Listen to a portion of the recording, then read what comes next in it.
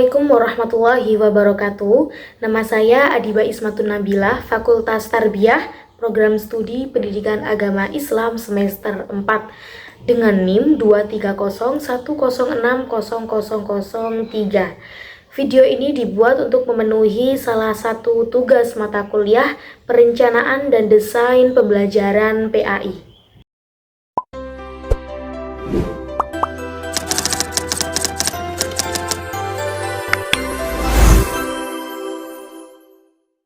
Pada video kali ini saya akan menerangkan materi tentang desain, pendekatan, strategi, model, dan metode pembelajaran. Desain sendiri di sini memiliki makna yaitu suatu proses atau perencanaan, rancangan yang terstruktur untuk menciptakan sesuatu agar memiliki fungsi, nilai, dan tampilan tertentu. Nah, kemudian yang pertama di sini kita akan membahas tentang pendekatan pembelajaran. Apa sih makna dari pendekatan pembelajaran itu? Nah, pendekatan pembelajaran adalah suatu sudut pandang seseorang dalam proses pembelajaran yang berpusat pada siswa dan guru. Pendekatan ini menjadi dasar dalam memilih strategi, model, dan metode pembelajaran yang sesuai untuk mencapai tujuan pembelajaran. Nah, pendekatan ini bisa bersifat teacher center ataupun student center, tergantung pada siapa yang lebih aktif dalam proses pembelajaran. Yang kedua yaitu ada strategi pembelajaran. Strategi sendiri secara garis besar di sini bermakna rancangan. Jadi sudah jelas bahwa pengertian dari strategi pembelajaran adalah suatu kegiatan yang dilakukan oleh guru dan siswa supaya tujuan dari pembelajaran tercapai secara efektif dan efisien. Di antara macam-macam strategi yang sudah kami pelajari yaitu yang pertama ada strategi inquiry. Strategi inquiry yaitu strategi pembelajaran yang menekankan pada aktivitas siswa untuk menyelidiki, bertanya, mengumpulkan data, dan menarik kesimpulan secara mandiri ataupun kelompok seperti video berikut ini.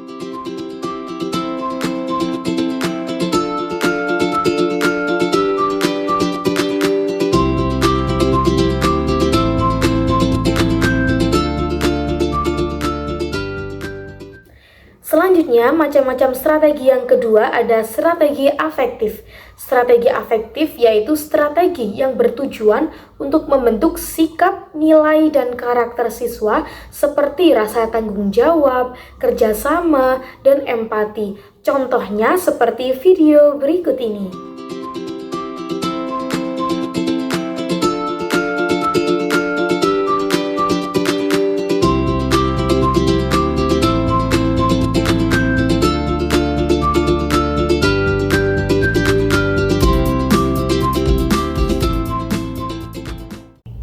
Macam-macam strategi yang ketiga yaitu ada strategi eksperimental.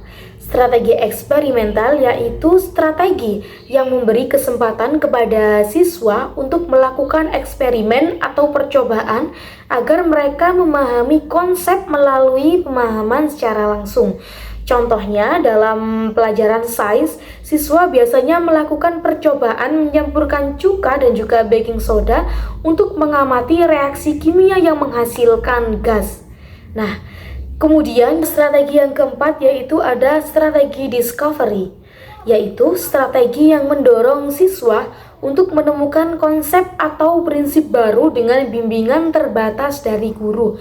Maksudnya di sini siswa belajar melalui proses eksplorasi dan penalaran. Sebagai contoh dalam pelajaran matematika, siswa di sini diminta untuk menyusun sendiri rumus luas segitiga berdasarkan pengamatan terhadap bentuk dan ukuran segitiga yang dipotong dari kertas. Kemudian macam-macam strategi yang terakhir ada strategi individual, yaitu strategi yang memungkinkan seorang siswa belajar secara mandiri sesuai dengan kemampuan, gaya belajar, dan kecepatan belajarnya masing-masing, seperti video berikut ini.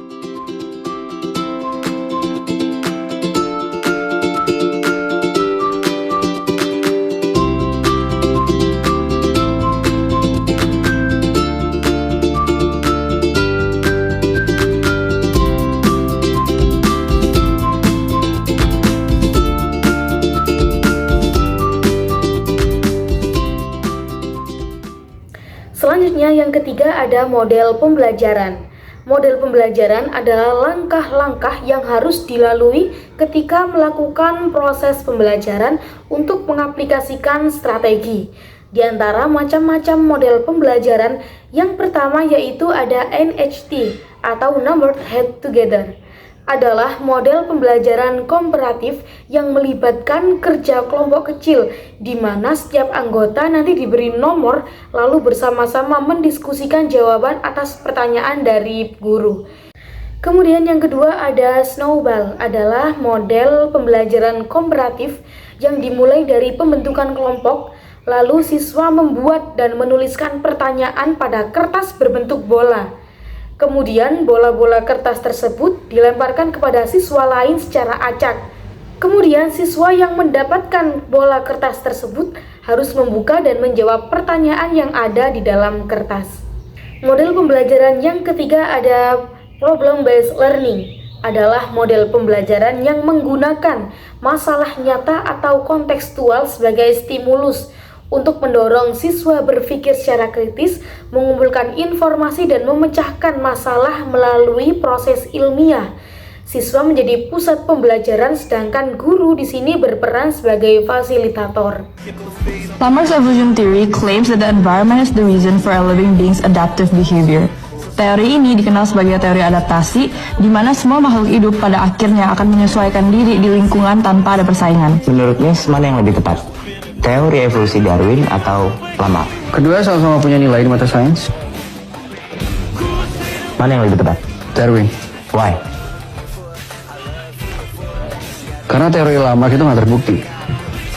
Hidup tanpa persaingan itu mustahil. Karena kemampuan tiap individu itu berbeda-beda. Makanya akan selalu ada yang menang dan akan selalu ada yang gagal. Kalau kemampuan satu individu nggak sebanding sama individu lain di lingkungannya, dia harus apa, Miss? Apa dia mending mati aja? Dia bisa pindah ke tempat yang lebih cocok. Kalau dia juga nggak bisa pindah, ya lo ubah lingkungan lo sendiri aja lah. Susah banget. Kalau bicara tentang hewan, lo gak usah khawatir. Karena mereka punya insting buat bertahan hidup dari seleksi alam. Beda sama kita. Manusia punya kekuatan buat bawa perubahan. Kemudian model pembelajaran yang terakhir yaitu ada Project Based Learning, adalah model pembelajaran berbasis proyek di mana seorang siswa bekerja dalam jangka waktu tertentu untuk merancang dan membuat produk atau karya nyata sebagai hasil dari penyelidikan terhadap suatu masalah atau tantangan dan pertanyaan yang kompleks, seperti video berikut ini.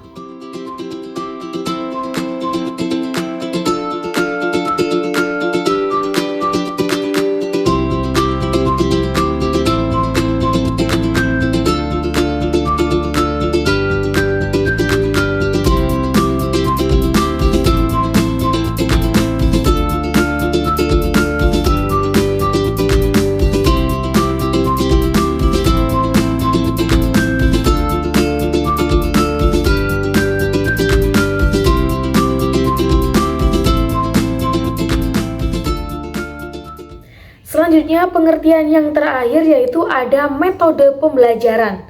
Metode pembelajaran adalah salah satu cara untuk pengimplementasian rancangan yang sudah kita susun sebelumnya dalam bentuk kegiatan atau praktik yang lebih nyata. Jadi dapat kita simpulkan bahwasanya desain pendekatan, strategi, model, dan metode pembelajaran adalah 4 komponen penting yang saling mendukung dalam proses belajar mengajar. Desain pendekatan memberikan dasar atau arah pembelajaran, sedangkan strategi merupakan rencana untuk mencapai tujuan, dan model adalah langkah-langkah penerapan dari strategi. Dan yang terakhir, metode adalah cara praktis dalam pelaksanaannya. Semua unsur ini saling berkaitan dan harus dirancang secara tepat agar pembelajaran berjalan secara efektif, efisien, dan sesuai dengan kebutuhan siswa. Dengan penggunaan yang tepat, guru dapat menciptakan suasana belajar yang aktif, menyenangkan, dan bermakna. Sekian keterangan hari ini. Saya Adiba Ismatun Nabila. Terima kasih sudah memperhatikan dan mohon maaf apabila ada keterangan yang kurang memahamkan. Wassalamualaikum warahmatullahi wabarakatuh.